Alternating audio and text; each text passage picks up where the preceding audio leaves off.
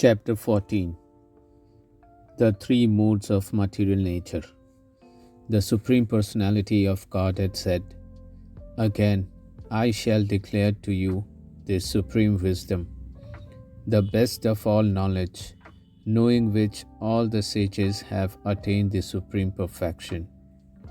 By becoming fixed in this knowledge, one can attain to the transcendental nature like my own. Thus established, one is not born at the time of creation or disturbed at the time of dissolution. The total material substance, called Brahman, is the source of birth, and it is that Brahman that I impregnate, making possible the births of all living beings. O son of Bharata, it should be understood that all species of life, O son of Kunti, are made possible by birth in this material nature, and that I am the seed-giving father. Material nature consists of three modes: goodness, passion, and ignorance. When the eternal living entity comes in contact with nature, O mighty armed Arjuna, he becomes conditioned by these moods. O sinless one, the mode of goodness, being purer than the others, is illuminating, and it frees one from all sinful reactions. Those situated in that mode become conditioned by a sense of happiness and knowledge. The mode of passion is born of unlimited desires and longings, O son of Kunti, and because of this, the embodied living entity is bound to material fruitive actions. O son of Bharata, know that the mode of darkness, born of ignorance, is the delusion of all embodied living entities. The results of this mode are madness, indolence, and sleep, which bind the conditioned soul. O son of Bharata, the mode of goodness conditions one to happiness, passion condition one to fruitive action, and ignorance, covering one's knowledge, binds one to madness. Sometimes the mode of goodness becomes prominent, defeating the modes of passion and ignorance. O son of Bharata, sometimes the mode of passion defeats goodness and ignorance, and at other times ignorance defeats goodness and passion. In this way, there is always competition for supremacy. The manifestation of the mode of goodness can be experienced when all the gates of the body are illuminated by knowledge. O chief of Bharatas, when there is an increase in the mode of passion, the symptoms of great attachment, fruitive activity, intense endeavor, and uncontrollable desire and hankering develop. When there is an increase in the mode of ignorance, O son of Kuru, darkness, inertia, madness, and illusion are manifested.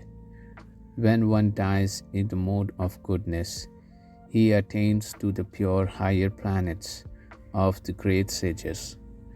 When one dies in the mode of passion, he takes birth among those engaged in fruitive activities. And when one dies in the mode of ignorance, he takes birth in the animal kingdom.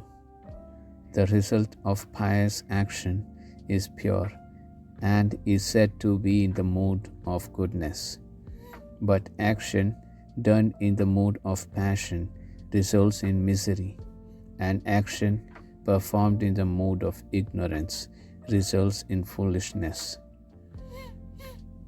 From the mode of goodness, real knowledge develops. From the mode of passion, greed develops.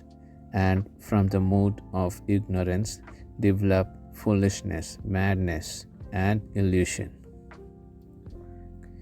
Those situated in the mode of goodness gradually go upward to the higher planets.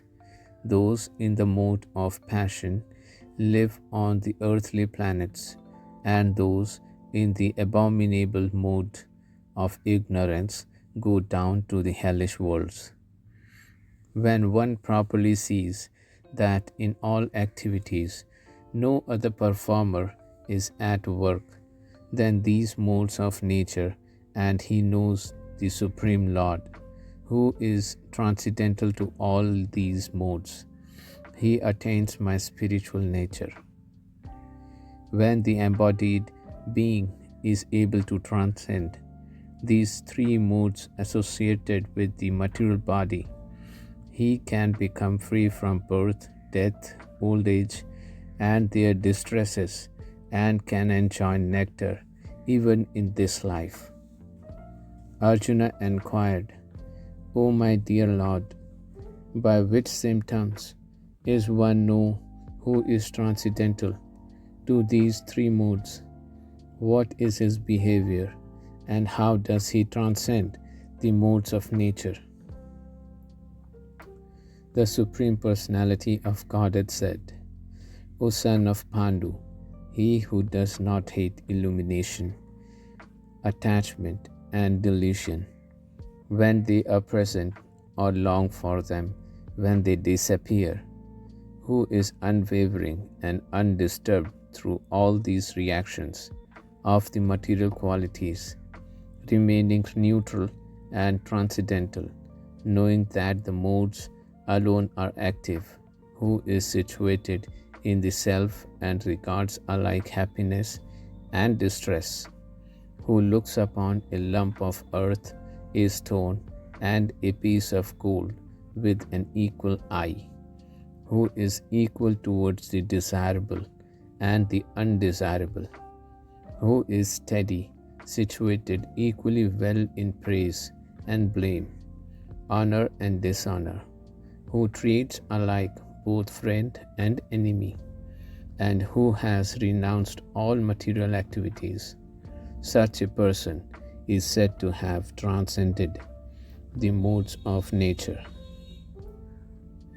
One who engages in full devotional service, unfailing in all circumstances, at once transcends the modes of material nature, and thus comes to the level of Brahman. And I am the basis of the impersonal Brahman, which is immortal, imperishable, and eternal, and is the constitutional position of ultimate happiness.